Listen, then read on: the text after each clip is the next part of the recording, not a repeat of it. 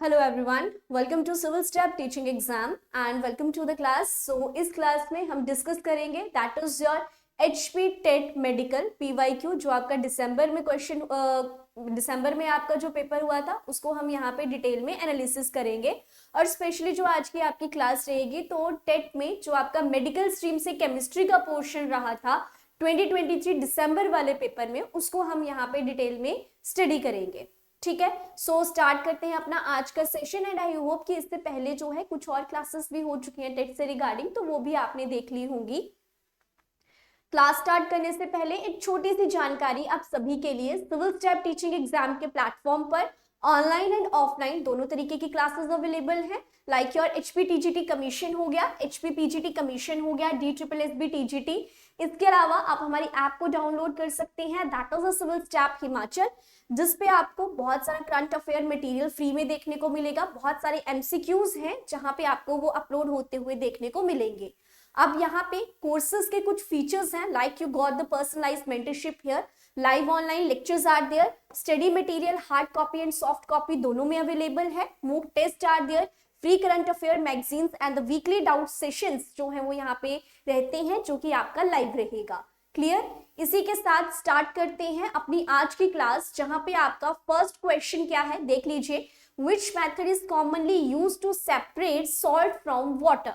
कि इन ऑप्शन में से किसका यूज किया जाता है जब आपको समुद्री पानी को जो है, या फिर आप कह सकते हो कि जब आप नमक को पानी से अलग करते हो, तो वहां पे किस मेथड का यूज जो है वो आप मोस्टली करते हैं।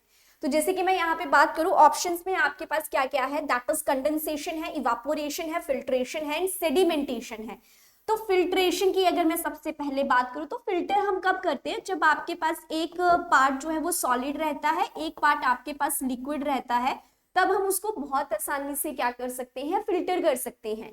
सेडिमेंटेशन की बात करूं तो जब आपको मोस्टली क्रिस्टल्स की फॉर्मेशन करनी होती है, वैसे तो उसके लिए क्रिस्टलाइजेशन भी रहता है, लेकिन हम सेडिमेंटेशन से भी उसको स्टार्ट कर सकते हैं। इसके साथ कंडेंसेशन की बात करूं तो कंडेंसेशन आपके पास क्या होता है, इवापोरेशन का उल्टा रहता है। इवापोरेशन में वाटर वेपर्स बनते हैं, और यहाँ पे आपके पास क्या होता है कि जो आपके पास वाटर वेपर्स बनते हैं, बाय द कंडेंसेशन प्रोसेस आप उसको किस में कन्वर्ट कर सकते हो, लिक्विड में कन्वर्ट कर सकते हो। So that is known as the condensation. Question में पूछा गया था कि जब आपको समुद्री पानी से नमक को अलग करना है तो आप वहां पे किस मेथड का यूज करेंगे, तो हम वहां पे यूज करते हैं वाष्पीकरण, दैट इज द इवापोरेशन। क्यों? क्योंकि वहां पे पानी आपका इवापोरेट हो जाता है, लास्ट में आपके पास क्या रहता है, दैट इज सॉल्ट की फॉर्मेशन आपको देखने को मिलती है। So I can say here the right answer is what, option B आपके पास क्या रहेगा, सही आंसर रहेगा। Clear? So like this you can, वहां पे आप जो है उस चीज को बिल्कुल कर सकते हैं। So just check it from here. So this one, जैसे कि अगर फॉर एग्जाम्पल बात करूं, you have tripod stand, white gauze लगा ली, देन द बंसन बर्नर है आपके पास, आप कोई भी चाइना डिश लीजिए, वहां पे सॉल्ट और वाटर का मिक्सचर डालो, उसको हीट करना स्टार्ट करो तो पानी इवापोरेट हो जाएगा, आपके पास यहाँ पे क्या बच जाएगा, सॉल्ट की फॉर्मेशन आपको देखने को मिलेगी। Done? So this is all about question number 1। Now the next question is this, vegetable oils on treating with hydrogen in the presence of platinum or nickel catalyst from fats, this is an example of। देखो, इसे जो है catalytic hydrogenation के नाम से जाना जाता है। तो फर्स्ट पॉइंट आपको यहाँ पे अगर और किसी वे में ये क्वेश्चन आ जाता है, so I can say this is also known as the catalytic hydrogenation, जो है वो इसे कहा जाएगा, जहां पे आप क्या करते हैं, अनसैचुरेटेड कंपाउंड से निकल और हाइड्रोजन की प्रेजेंस में by the process of reduction saturated compounds की फॉर्मेशन होती है, जिसे मैं कह सकती हूँ कि वेजिटेबल ऑयल्स की फॉर्मेशन आपको वहां पे देखने को मिलेगी। तो हमारे पास यहाँ पे क्या होता है, मान लो वी हैव कोई भी लाइक योर अनसैचुरेटेड कंपाउंड है, आफ्टर आपने इसमें क्या किया कि हाइड्रोजन कैटलिस्ट लिया या फिर निकल लिया, तो ये क्या करते हैं, दोनों बहुत अच्छा रिडक्शन करने का काम करते हैं। तो उसके बाद हमारे पास क्या होगा, एल्केन्स की फॉर्मेशन जो है यहाँ पे देखने को मिलेगी। ठीक है, सो ये किस टाइप की रिएक्शन है, is this your addition reaction, substitution reaction, displacement reaction या फिर ऑक्सीडेशन? तो देखो यहाँ पे हमारे पास डिस्प्लेसमेंट तो नहीं हो रही है, ना ही ऑक्सीडेशन हो रही है, सब्स्टिट्यूट भी हम यहाँ पे कुछ नहीं कर रहे हैं। सो here the right answer is what, option A आपके पास क्या रहेगा, सही आंसर रहेगा। सो वेजिटेबल ऑयल्स इस तरीके से आपको देखने को मिलते हैं। You can check it from here that when you have the alkene that is your unsaturated compound, hydrogen और निकल की प्रेजेंस में जहां पे रिडक्शन हुई है, after that you got the saturated compounds and this process is known as the catalytic hydrogenation and the type of reaction कौन सी आपके पास रहेगी, that is the addition reaction. अब ये क्वेश्चन कहां से लिया गया है, ये आपका क्लास 10 से जहां पे आप कार्बन एंड इट्स कंपाउंड्स को पढ़ते हैं, चैप्टर नंबर 4, वहां से ये क्वेश्चन जो है वो आपका लिया गया है। इसलिए मैं बार बार कहती हूँ कि जब आप टेट की प्रिपरेशन कर रहे हैं तो आपको एक बार 6 से लेकर 10 तक की प्रॉपर साइंस को जो है वो स्टडीज जरूर करना है। डन। इसी के साथ चलूंगी क्वेश्चन नंबर 3 की तरफ। अब क्वेश्चन नंबर 3 में क्या पूछा गया है, विच of the following can be used in hard water. तो देखो हम सॉफ्ट वाटर हार्ड वाटर दोनों के बारे में जानते हैं। सॉफ्ट वाटर जिसे हम नॉर्मली यूज करते हैं, हार्ड वाटर थोड़े से उसमें ज्यादा कंटामिनेंट्स आपको देखने को मिलते हैं। अब क्वेश्चन ये पूछा जा रहा है कि इसमें से कौन सा ऐसा सब्सटेंस है जिसे आप हार्ड वाटर में यूज कर सकते हो। ऑप्शन में था सोप, डिटर्जेंट्स, दोनों, या फिर दोनों में से कोई नहीं। अगर मैं आपको पहले थोड़ा सा डिफरेंस के बारे में बताऊं तो मैं कह सकती हूँ कि सोप हमारे पास क्या होते हैं, सोडियम और पोटाशियम के लॉन्ग चेन एसिड्स रहते हैं। डिटर्जेंट्स आपके पास क्या होते हैं, सोडियम और पोटेशियम के सल्फोनिक एसिड्स रहते हैं। यहाँ पे आपको दैट इज सोडियम एसिटेट का आयोनिक पार्ट देखने को मिलेगा और यहाँ पे आपके पास जो है वो सल्फोनेट्स टाइप का पार्ट आपको देखने को मिलेगा। यहाँ पे सोप्स की बात करूं तो हार्ड वाटर में इनकी परफॉर्मेंस जो है वो बहुत कम रहती है, जबकि डिटर्जेंट्स की हार्ड वाटर में किसी भी तरीके का इफेक्ट जो है वो आपको देखने को नहीं मिलता है। क्लियर। सो यहाँ पे अगर सोप्स की बात करूं सो you can say they take time to dissolve in water, और ये क्या होते हैं, जनरली डिसॉल्व हो जाते हैं, so they dissolve faster in water. Soaps are biodegradable like sodium stearate, जैसे कि अगर आपने लक्स का वो देखा हो बाहर से पाउच, तो आप वहां पे देखते हैं कि सोडियम स्टीरेट और सोडियम पैल्मिटेट का यूज किया जाता है, दैट इज C17H35 COONA का यूज जो है वो वहां पे किया जाएगा। इसी के साथ अगर मैं यहाँ पे बात करूं so these are non biodegradable हैं, और साथ में यहाँ पे यूज किया जाएगा सोडियम लॉरेल सल्फेट्स का। तो जैसे आपने यहाँ पे एक चीज देखी कि डिटर्जेंट्स जो हैं वो क्या होते हैं, पानी में जल्दी डिसॉल्व हो जाते हैं। तो अगर मैं यहाँ पे बात करूँ कि हार्ड वाटर से रिलेटेड क्वेश्चन पूछा गया था, सो आई कैन से यहाँ पे ना डी ऑप्शन आएगा कि दोनों में से हम किसी को भी अच्छे वे में यूज नहीं कर सकते हैं, क्योंकि अगर आपने यहाँ पे देखा होगा तो हार्ड वाटर में सोप्स की एफिशिएंसी जो है वो बिल्कुल ही कम हो जाती है। डिटर्जेंट्स जो है वो hard water does not affect there efficiency, so that is why question number 3 का जो आंसर रहेगा दैट इज ऑप्शन डी यहाँ पे सही रहेगा। Clear? So this is all about this question. Now the next question is what? That is your question number 4 की अगर मैं बात करती हूँ तो question number 4 आपके पास क्या है, that is permanent hardness of water is due to the presence of। ये बहुत ही ज्यादा इंपॉर्टेंट टॉपिक आपका रहता है, जहां पे आप सॉफ्ट वाटर और जो आपके पास हार्ड वाटर है, सबसे पहले तो उसमें कौन से कंटामिनेंट्स पाए जाते हैं। लास्ट में जब आप हार्डनेस के बारे में पढ़ते हो तो हार्डनेस भी दो प्रकार की होती है, that is a temporary hardness, और दूसरी आपके पास क्या रहती है, परमानेंट हार्डनेस। अब क्वेश्चन ये पूछा जा रहा है कि जो परमानेंट हार्डनेस रहती है वो किन किन आयंस की वजह से आपको देखने को मिलती है। ऑप्शंस में यहाँ पे क्या दिया गया था, chlorides and sulphates of calcium and magnesium, chlorides and sulphates of sodium and potassium, biocarbonates of the sodium and potassium and the bicarbonates of calcium and magnesium. So यहाँ पे जो आपके पास सही आंसर रहेगा that is what, it is your option A will be the right answer, क्योंकि यहाँ पे आपके पास क्या रहता है, क्लोराइड्स एंड सल्फेट्स आपको देखने को मिलते हैं, किसके, कैल्शियम और मैग्नीशियम के। तो देखो ये बात तो श्योर रहती है हमारे पास कि कैल्शियम और मैग्नीशियम के आयन ही मोस्टली रहते हैं, लेकिन याद रखना है कि जो परमानेंट है वहां पे क्लोराइड्स देखे जाते हैं, सल्फेट्स देखे जाते हैं, और जो आपके पास टेम्परेरी रहता है वहां पे बाइकार्बोनेट्स देखे जाते हैं। So according to the question number 4 right answer is what, that is option A आपके पास क्या रहेगा, सही आंसर रहेगा। नेक्स्ट है आपके पास that is question number 5। Question number 5 में क्या कहा जा रहा है, that you have a marble tile would feel cold as compared to wooden tile on a winter morning because the marble tile। अब ना अगर सर्दियों में क्या होगा कि अगर आप किसी मार्बल टाइल को टच करोगे तो वो आपको ज्यादा ठंडापन लगेगा उससे as compared to the wooden tile। तो क्वेश्चन ये पूछा जा रहा है कि ऐसा किस वजह से होता है। ऑप्शंस में क्या था, क्योंकि ये एक बेटर कंडक्टर ऑफ हीट है देन द वुडन टाइल, या फिर जो मार्बल टाइल उसको पॉलिश किया जाता है जबकि वुडन टाइल को नहीं किया जाता है, या फिर मार्बल टाइल ज्यादा रिफ्लेक्ट करती है heat than the wooden tile, या फिर आपकी मार्बल टाइल जो है वो एक पुअर कंडक्टर है।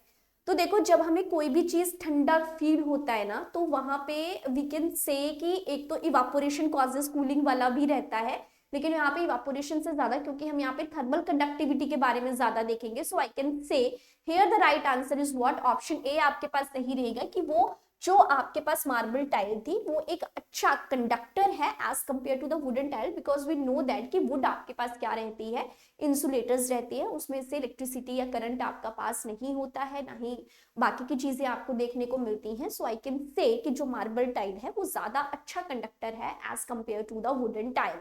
Done. So according to the question number 5, the right answer is what? That is option A आपके पास क्या रहेगा, सही आंसर रहेगा।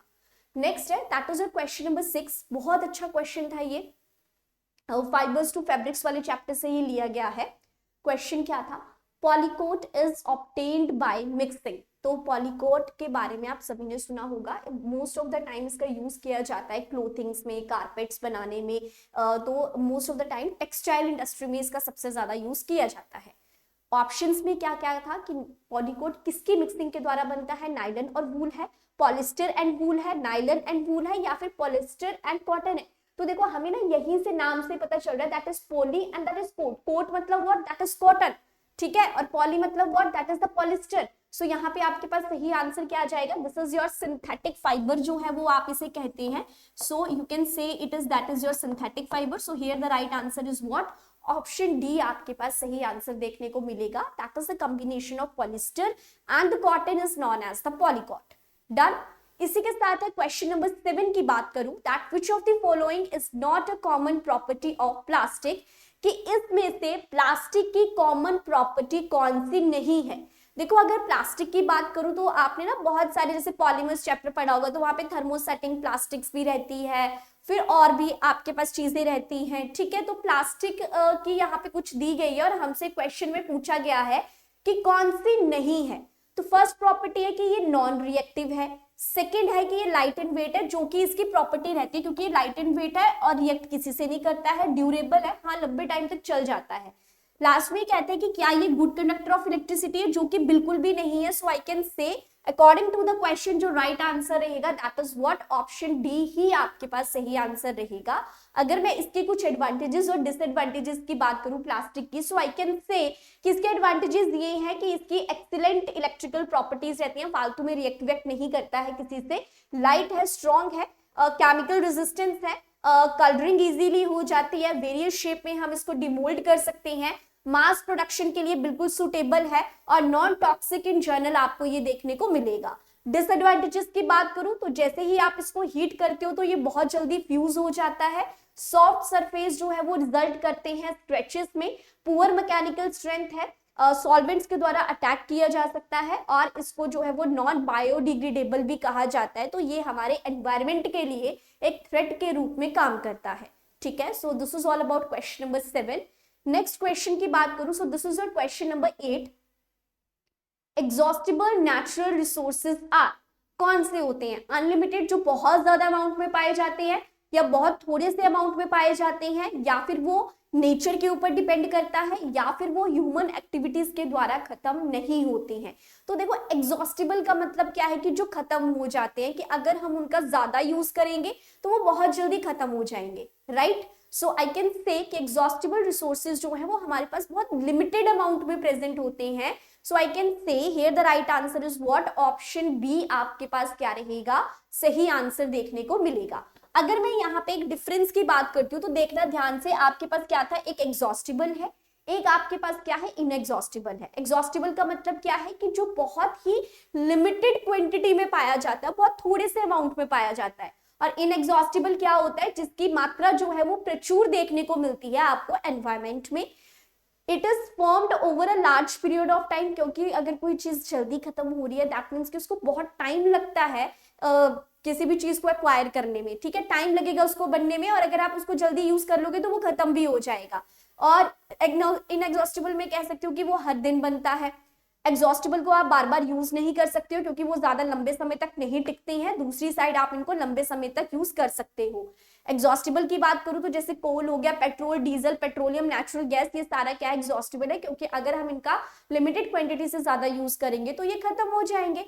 इनएग्जॉस्टेबल की बात करूं तो यहाँ पे सनलाइट जो कि एक नेचुरल सोर्स है, विंड हो गया, वाटर हो गया, तो all the natural sources are what, that is inexhaustible natural resources जो है वो उन्हें कहा जाता है। ठीक है, सो क्वेश्चन नंबर 8 का जो सही आंसर रहेगा that is option B is the right one. इसी के साथ है question number 9, which of the following element is present in haemoglobin, कि जो आपका HB हीमोग्लोबिन खून रहता है उसमें मेन एलिमेंट कौन सा पाया जाता है। तो अगर ना मैं फर्स्ट की बात करूं दैट इज योर मैग्नीशियम, तो मैग्नीशियम जो है वो हमें कहाँ देखने को मिलता है सबसे ज्यादा, क्लोरोफिल का सेंट्रल एलिमेंट जो है वो इसे कहा जाता है। क्लोरोफिल क्या करता है, ग्रीन लीव्स करने में हेल्प करता है। जो पत्तों का रंग हरा रहता है वो आपका किस वजह से आपको देखने को मिलेगा, क्लोरोफिल की वजह से देखने को मिलेगा। ठीक है, कॉपर की अगर बात करूं मैं तो copper it is not the central element, copper की अपनी एक इंपॉर्टेंस है। कोबाल्ट की बात करूं तो ये आपका देखने को मिलता है विटामिन B12 इसे कहा जाता है, जहां पे आपको साइनोकोबालैमिन की फॉर्मेशन देखने को मिलती है। ठीक है, और इसको साइनोकोबालैमिन कहा जाता है। लास्ट में अगर मैं बात करूं कि हीमोग्लोबिन में क्या पाया जाता है तो आयरन आपको देखने को मिलता है, क्योंकि आपने बहुत बार सुना होगा कि जिन लोगों को कहा जाता है कि खून की कमी हो गई है आयरन की गोलियां दी जाती हैं। ठीक है, और जिन लोगों को खून की कमी हो जाती है उनको क्या कहते हैं कि एनीमिया की प्रॉब्लम हो गई है। तो आई कैन से कि हीमोग्लोबिन में जो मेन सेंटर एलिमेंट आपका पाया जाता है that is what, option D iron यहाँ पे क्या रहेगा, सही आंसर रहेगा। क्लियर, इसी के साथ नेक्स्ट है that is your question number 10, an iron ball at 40 degrees Celsius is dropped in a mug containing water at 40 degrees Celsius, the heat will, देखो एक आयरन की बॉल है वो भी 40 डिग्री सेल्सियस पे ही हम उसको फॉल डाउन करवा रहे हैं, जहां वो जा रही है उस पानी का जो टेम्परेचर है वो भी 40 डिग्री सेल्सियस है। तो वहां पे हीट कहां से कहां ट्रांसफर करेगी, that is from the iron ball to water, या फिर वो फ्लो ही नहीं करेगी, या वाटर टू आयरन बॉल जाएगी, या फिर टेम्परेचर दोनों का इंक्रीज हो जाएगा। तो देखो जब टेम्परेचर ही दोनों का 40 डिग्री सेल्सियस 40 डिग्री सेल्सियस है तो मतलब वहां पे किसी भी तरीके की हीट की फॉर्मेशन आपको देखने को नहीं मिलेगी। So I can say here the right answer is what, option B आपके पास सही आंसर रहेगा।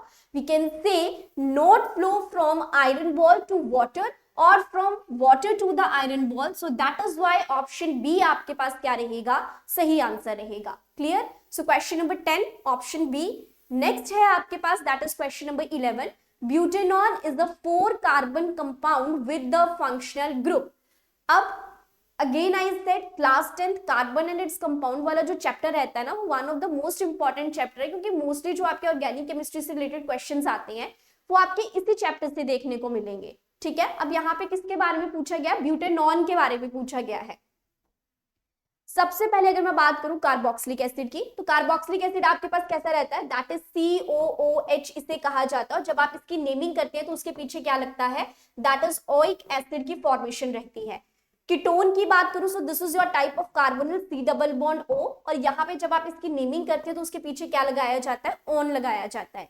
एल्डिहाइड की बात करूं so this is what, this is your CH double bond O, और जब आप इसकी नेमिंग करेंगे उसके पीछे क्या लगाया जाएगा, अल लगाया जाएगा।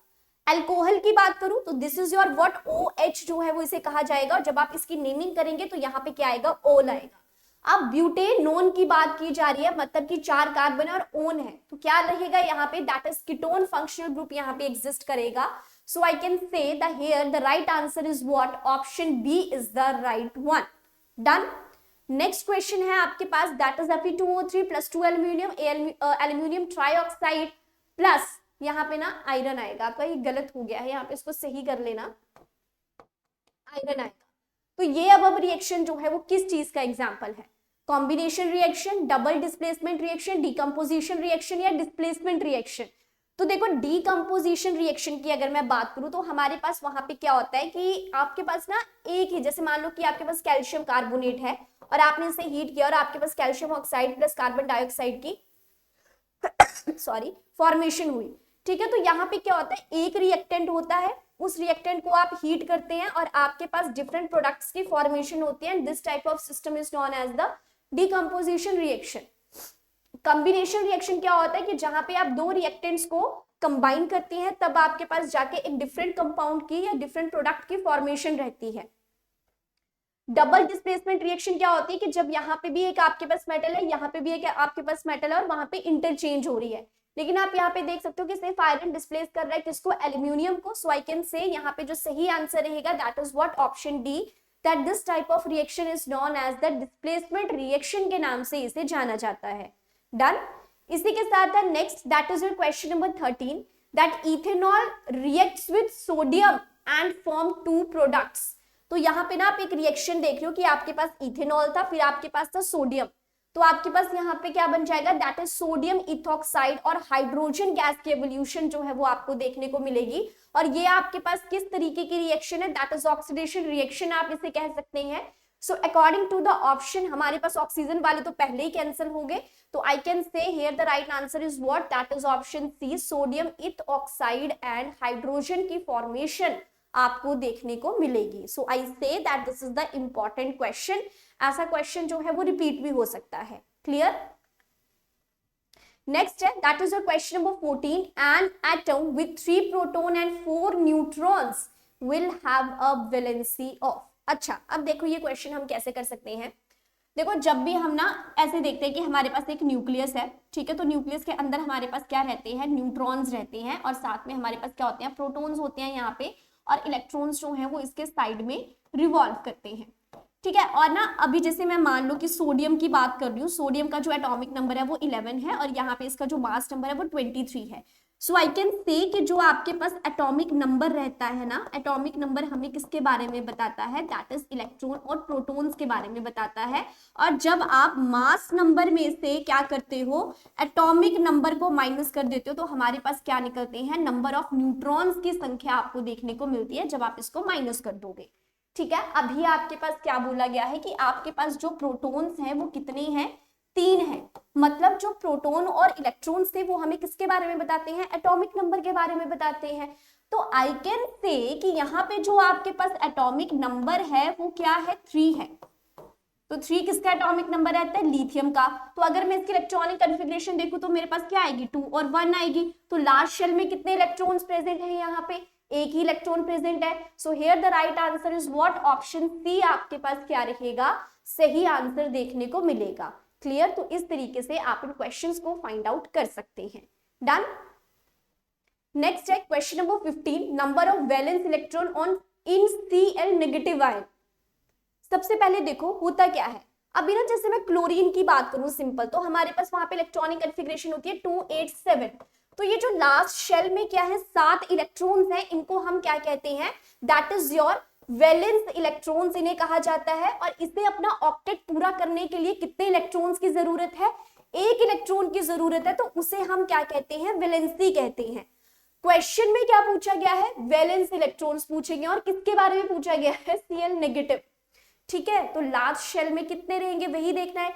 तो पहले हमारे पास लास्ट शेल में 1 थे, -1 का मतलब क्या है कि 1 ऐड हो रहा है, तो 8 इलेक्ट्रॉन्स जो है वो आपके पास यहाँ पे लास्ट में देखने को मिलेंगे। So I can say here the right answer is what, option B रहेगा, क्योंकि जो वैलेंस इलेक्ट्रॉन्स आपके पास रहते हैं वो हमेशा हम लास्ट शेल में देखते हैं। So that is why after the addition of the 1 electron you get the 8 electrons in the valence shell. That is why here the right answer is what, option 8 आपके पास, ऑप्शन बी आपके पास जो है वो सही answer रहेगा। Next है that is question number 16, Rutherford's alpha particle scattering experiment resulted into discovery of। कि Rutherford ने जो अल्फा स्कैटरिंग एक्सपेरिमेंट किया था उसकी वजह से आपको किसके डिस्कवरी जो है वो देखने को मिली थी, ये चीज जो है वो आपको यहाँ पे देखनी है, ठीक है। तो अगर ना मैं यहाँ पे उल्टा चलूं तो देखो सबसे पहले जो है वो इलेक्ट्रॉन की डिस्कवरी की गई थी किसके द्वारा, दैट इज J.J. थॉमसन के द्वारा, ठीक है। जहां पे आपने पढ़ा था कि कैथोड रे ट्यूब एक्सपेरिमेंट आपको देखने को मिला था। इसके बाद प्रोटॉन की डिस्कवरी हुई, जिसे मैं कह सकती हूँ कि ई गोल्डस्टेन ने इसकी डिस्कवरी की थी मेन रूप में। और अगर मैं इसी में आगे देखूं न्यूट्रॉन की डिस्कवरी किसके द्वारा की गई थी, तो ये आपकी की गई थी दैट इज जेम्स चैडविक के द्वारा, ठीक है। 1932 में ये डिस्कवरी आपके पास हुई थी। तो आई कैन से कि जो एटॉमिक न्यूक्लियस की डिस्कवरी है वो किसके द्वारा की गई थी, that is Rutherford alpha ray scattering experiment जो है वो वहां पे किया गया था। So according to the question number 16, यहाँ पे जो सही आंसर रहेगा that is option A is the right one. Done. इसी के साथ नेक्स्ट है that is which of the following contain maximum number of molecules. तो जब भी ऐसा क्वेश्चन आता है ना, 4 ऑप्शन दिए गए हैं कि 1 ग्राम कार्बन डाइऑक्साइड है, 1 ग्राम हाइड्रोजन है, देन 1 ग्राम, फिर से यहाँ पे ना गलत लिखा गया है, यहाँ पे मान लो वाटर है, ठीक है, 1 ग्राम हाइड्रोजन है और 1 ग्राम CH4 है। तो वो पूछ रहा है कि सबसे ज्यादा नंबर ऑफ मॉलिक्यूल्स कहाँ रहेंगे। तो हमेशा याद रखो कि जिसका मॉलिक्यूलर मास जितना ज्यादा कम रहेगा उसमें नंबर ऑफ मॉलिक्यूल्स जो हैं वो आपको उतने ही ज्यादा देखने को मिलेंगे, ठीक है। सिर्फ ये फैक्टर आपको याद रखना है। सो अकॉर्डिंग टू दैट, मतलब आई कैन से कि यहाँ पे वाटर ना होके यहाँ पे वाटर है, तो यू कैन से कि ऑप्शन बी आपके पास सही रहेगा, दैट 1 ग्राम ऑफ हाइड्रोजन, क्योंकि हाइड्रोजन का एटॉमिक मास मतलब मॉलिक्यूलर मास जब मैं फाइंड आउट करूंगी तो सबसे कम रहेगा, तो यहाँ पे सबसे ज्यादा नंबर ऑफ मॉलिक्यूल्स आपको देखने को मिलेंगे। Clear. So option B is the right one here. Next है क्वेश्चन नंबर 18 की बात करूं, a few substances are arranged in the increasing order of force of attraction between their particles, which one of the following represent the correct arrangement. तो सबसे पहले question देखो कि क्या बोला गया है कि आपको इनको इस तरीके से अरेंज करना है, increasing order of the forces of attraction. तो सबसे ज्यादा फोर्स ऑफ अट्रैक्शन आपको देखने को मिलती है किसमें, सॉलिड में, फिर उसके बाद आपको देखने को मिलती है लिक्विड में, और सबसे लास्ट में आपको देखने को मिलती है गैसियस में। तो इंक्रीजिंग ऑर्डर पूछा गया था, तो उसके हिसाब से अब देखते हैं। तो वाटर एयर विंड की बात करूं तो ये तो बिल्कुल भी नहीं होगा। एयर शुगर ऑयल तो नहीं, ये गैस है, ये सॉलिड है, ये लिक्विड है, तो ये भी नहीं होगा। ये गैस आ गया, ये लिक्विड आ गया, ये सॉलिड आ गया। So I can say here the right answer is what, option C आपके पास क्या रहेगा, सही आंसर देखने को मिलेगा। डन। नेक्स्ट था question number 19, that electrolysis of water क्या रहती है, डिकम्पोजिशन रिएक्शन है। The mole ratio of hydrogen and oxygen gas liberated during the electrolysis of water. तो बहुत बार हम इस क्वेश्चन को देखते हैं, जैसे कि आपने H2O को देखा ही है, तो ये किस रेशो में आपके पास रहता है, दैट इज 2:1 नहीं देखने को मिलती हमें यहाँ पे। So I can say here the right answer is what, option B आपके पास क्या रहेगा, सही आंसर देखने को मिलेगा। साथ में है question number 20, that is phosphorus is kept in. बहुत बार हमने ऐसा क्वेश्चन किया है।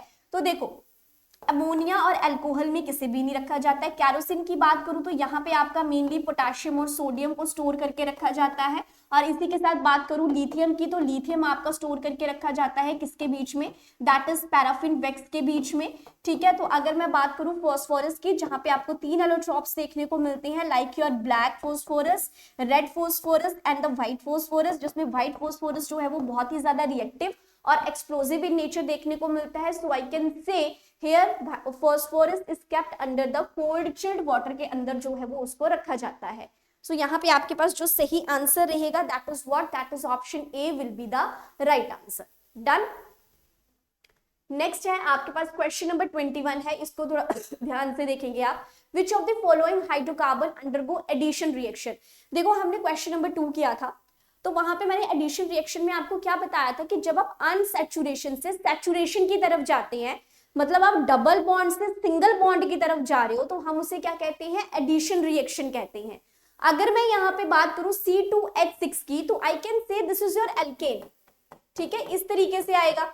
अगर बात करूं C3H8, तो मतलब कि कार्बन 3 है, 1 2 3 4 5 6 7 8, तो मतलब ये भी एल्केन है, ये भी एल्केन है। मुझे क्या चाहिए यहाँ पे, एडिशन रिएक्शन कौन करता है, तो एडिशन रिएक्शन आपके पास करते हैं एल्कीन्स करेंगे, या फिर आपके पास करेंगे एल्काइंस, क्योंकि हम इनको क्या कहते हैं, जहां पे भी आपका डबल और ट्रिपल बॉन्ड आ जाता है उस टाइप के कंपाउंड्स को क्या कहा जाता है, अनसैचुरेटेड कंपाउंड्स जो है वो उन्हें कहा जाता है। सो अगर C3H6 की बात करती हूँ, तो यहाँ पे आपके पास क्या हो जाएगा, मतलब कि 3 कार्बन है आपके पास इस तरीके से 1 2 3 4 5 6 जो है वो आपको यहाँ पे देखने को मिलेगा, ठीक है। इसी तरीके से C2H2 का मतलब क्या है, that you have this one, ठीक है, C2H2। Done.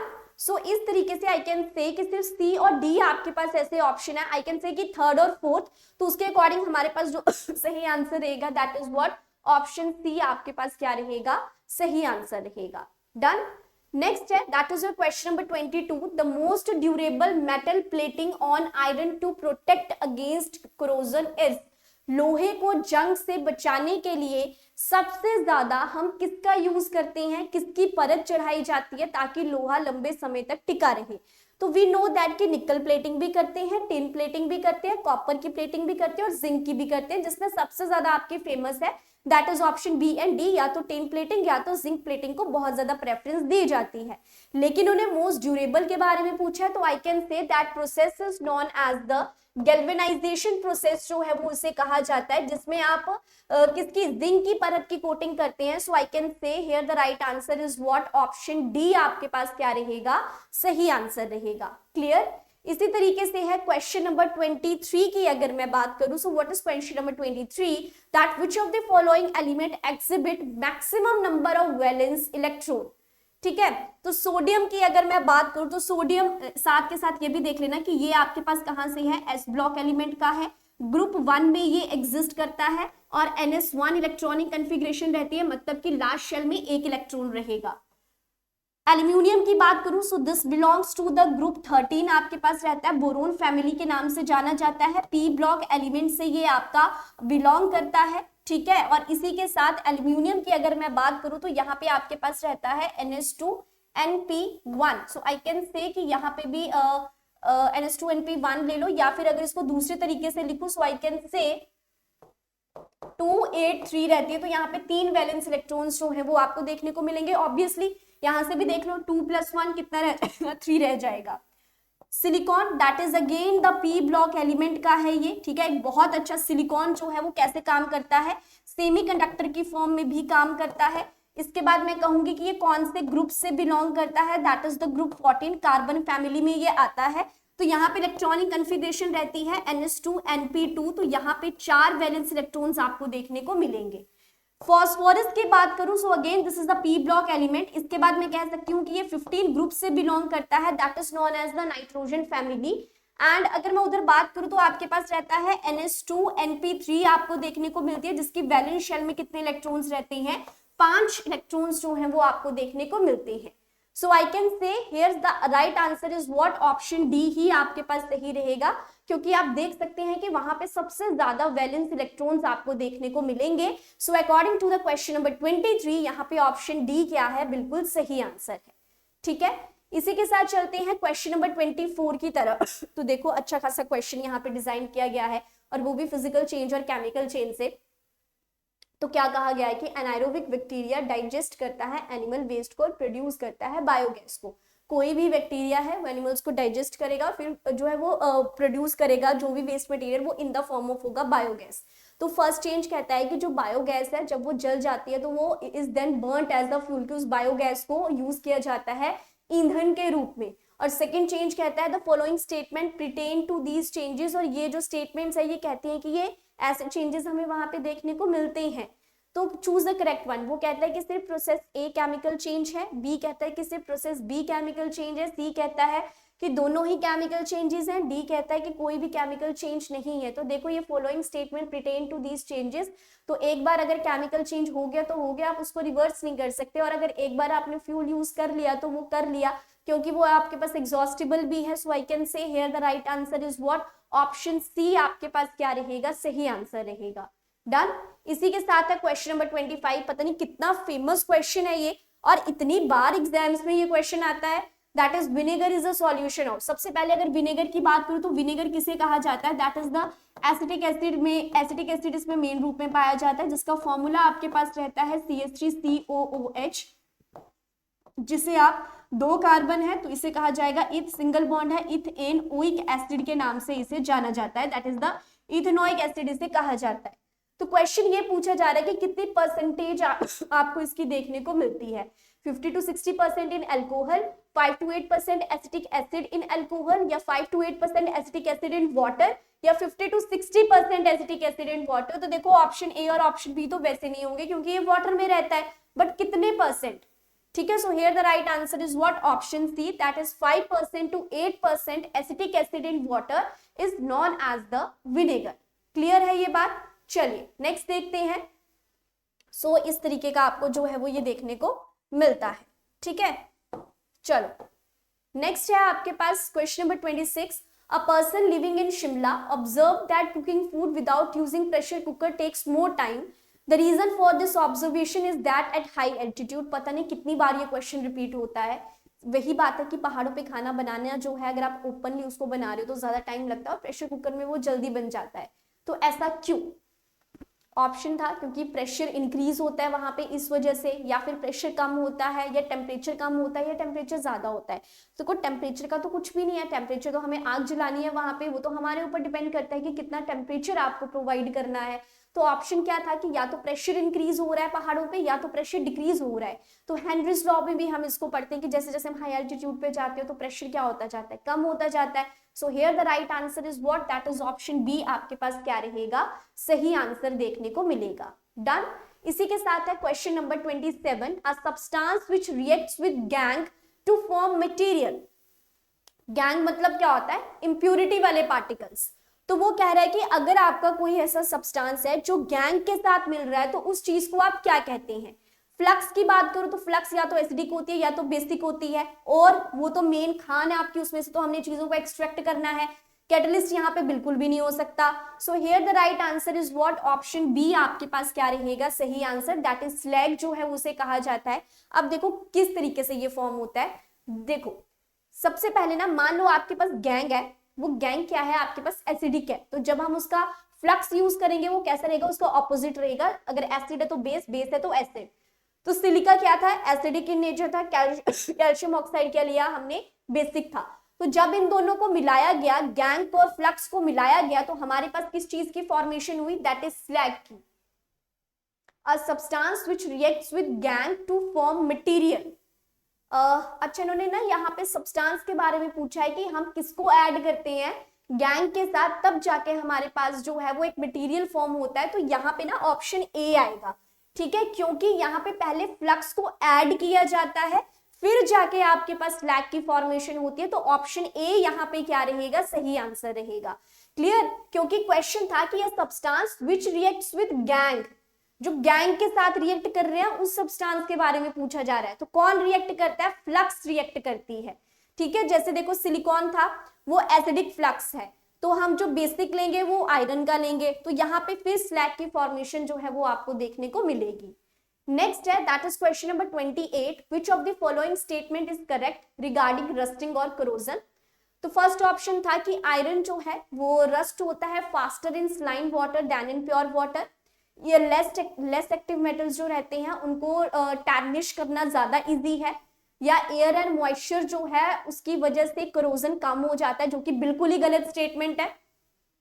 Corrosion occur slowly at bends, scratches और कट्स इन मेटल्स, बिल्कुल भी नहीं, ये भी गलत है क्योंकि फास्ट होता है।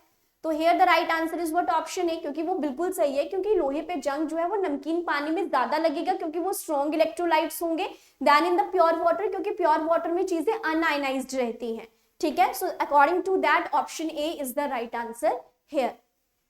नेक्स्ट है question number 29, a wooden spoon is dipped in a cup of ice cream, its other end is, कि अगर आप आइसक्रीम खा रहे हो और आप उसमें वुडन स्पून से खा रहे हो तो क्या होगा, क्या वो स्पून ठंडा हो जाएगा by the process of conduction, या फिर वो ठंडा हो जाएगा by the process of convention, या फिर वहां पे रेडिएशन देखने को मिलेगी, या फिर वो बिल्कुल भी कोल्ड नहीं होगा। तो ऑब्वियस सी बात है ऑप्शन डी, क्योंकि वुडन जो है, वुड जो रहती है दैट इज द इंसुलेटर, तो वहां से हीट पास नहीं होगा, ठीक है, इतने आसानी से करंट पास नहीं होता है। तो I can say here the right answer is what, option D, कि वहां पे किसी भी प्रकार का आपको हीट ट्रांसफरेंस देखने को नहीं मिलेगी।